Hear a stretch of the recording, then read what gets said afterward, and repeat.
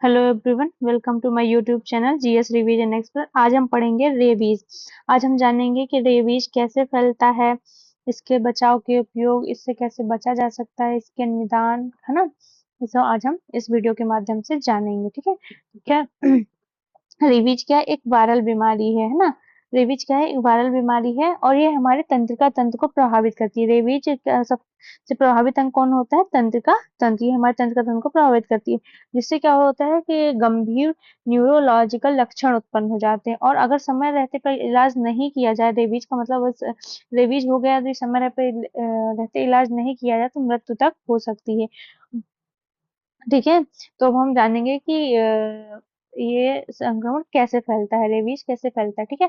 तो अब ये रेबीज किसके कारण होता है? ये वायरस के कारण होता है। कौन से वायरस के कारण होता है? अ, रेप रेप्डो वायरस के कारण फैलता है। किसके कारण? रेप्डो वायरस के कारण फैलता है। और इसका वाहक कौन होता है? कुत्ता, बिल्ली। ठीक है। इनके लार में पाया जाता है। कौन? Rabies virus. ठीक है। कुत्ता, बिल्ली के लार में पाया जाता है। ठीक है।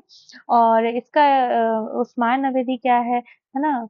क्वेश्चन आता है एग्जाम में कि हर रोग की मतलब क्वेश्चन आएगा कि जो भी रोग होगा उसको बोलेगा इसके लक्षण कितने दिन में दिखाई देते हैं। तो रेबीज के लक्षण 3 माह व 10 साल के बाद भी लक्षण दिखाई देते हैं रेबीज के, है ना।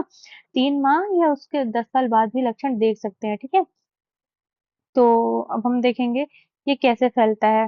तो जानवरों के काटने से सबसे आम तरीका संक्रमित जानवर की लार से फैलता है। हमने बताया कि उनकी लार में वायरस हो जो आमतौर पर काटने या खरोचने के माध्यम से होता है। जंगली जानवर जैसे चमगादड़, कुत्ते, लोमड़ी, नेवले, है ना, इसके प्रमुख वाहक होते हैं। कुत्तों काटने से रेबीज फैलने फैलने के मामले क्या होते हैं? आम होते हैं, है ना। खासकर विकासशील देशों में, है ना, कि मच्छर काटने का। ठीक है। अभी हमने बता ही दिया है कि रेबीज के लक्षण कब कब दिखाई देते हैं? 1 से 3 महीने बाद दिखाई देने लगते हैं। ठीक है। तो ये निम्नलिखित चरणों में विभाजित किए हैं। प्रारंभिक चरण, तो इसमें क्या होता है? प्रारंभिक चरण: बुखार, सर दर्द, कमजोरी, बेचैनी, है ना, काटने की जगह पर जलन दर्द हो सकता है। ठीक है। फिर क्या होगा? तीव्र न्यूरोलॉजिकल लक्षण है, जैसे इसमें भ्रम, चिंता, घबराहट, है ना, अनिद्रा हो जाती है ना, आक्रामकता आ जाती है, जल से डर लगने लगता है, जैसे हाइड्रोफोबिया कहते हैं। मतलब जिसे रिलीज हुआ है वो क्या है? पानी से डरने लगता है ना। और मांसपेशियों में ऐंठन शामिल होते, कुछ मरीजों में पैरालिसिस भी हो जाता है ना। और कोमा और मृत्यु, रोग अगर बिना इलाज के बढ़ता है तो मरीज में क्या है? कोमा जा सकता है और मौत हो सकती है। ठीक है। तो ये एक खतरनाक बीमारी होती है। ठीक है ना। अब इसका टीका कौन सा है? रेबो पर, है ना। इसकी खोज किसने की थी? लुईस पास्चर ने की थी। सर्वप्रथम जेम्स प्रिंसेप ने बताया था। ठीक है। अब रेबीज दिवस कब मनाया जाता है? 28 सितंबर को। 28 सितंबर को रेबीज दिवस मनाया जाता है। ठीक है। इसके निदान क्या है? रेबीज का निदान अक्सर लक्षणों के आधार पर किया जाता है। हालांकि मस्तिष्क के ऊतकों का परीक्षण सबसे सटीक है, लेकिन ये मृत्यु के बाद है। जीवित व्यक्ति में लार, CSF, है ना, और त्वचा की बायोप्सी जांच के माध्यम से इस वायरस का पता लगाया जा सकता है कि रेबीज है कि नहीं। ठीक है। अब हम पढ़ेंगे उपचार।